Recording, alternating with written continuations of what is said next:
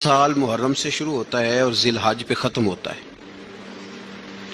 اس بات کا بھی ضرور خیال رکھا کریں کہ ہمارا جو اسلامی سال ہے اس کا آغاز جنوری سے نہیں ہوتا، اس کا آغاز محرم سے ہوتا ہے اور اس کا اختتام دسمبر پہ نہیں ہوتا بلکہ اس کا اختتام ذی الحج پہ ہوتا ہے۔ اسلامی سال کا آج پہلا دن ہے، یکم محرم الحرام، امیر المومنین، خلیفۃ المسلمین، جانشین مصطفیٰ، جبل استقامت اور رسول اللہ کے دین کا بہت بڑا سپاہی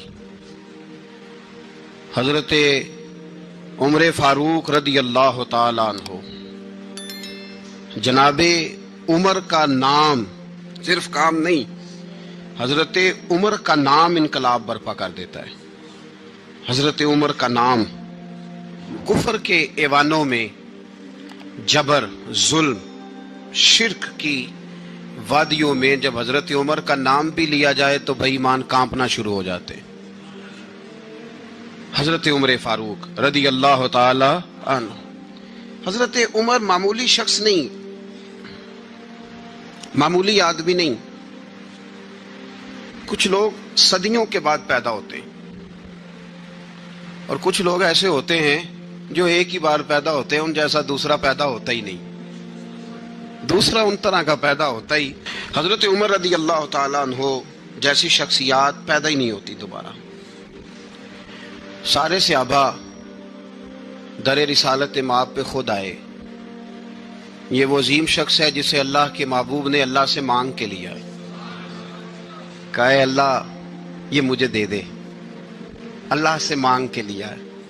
اس لیے صوفیاء کہتے ہیں کچھ مرید ہوتے ہیں کچھ مراد ہوتے ہیں، کچھ مرید ہوتے ہیں کچھ مراد ہوتے ہیں۔ مرید وہ ہوتا ہے جو چل کے آتا ہے، آ کے مرید ہوتا ہے۔ مراد وہ ہوتا ہے جسے کہا جاتا ہے کہ یہ کبھی میرا بن جائے نا، یہ کبھی آ جائے نا، میرا بن جائے، اس کو مراد کہتے ہیں۔ حضرت عمر مصطفیٰ کریم کی مراد ہیں، حضور کی مراد ہے۔ اللہم اعز الاسلام بے اسلام عمر ابن خطاب، اے اللہ اسلام کو عزت دے دے، میرے عمر کو کلمہ پڑھنے کی توفیق عطا فرما دے۔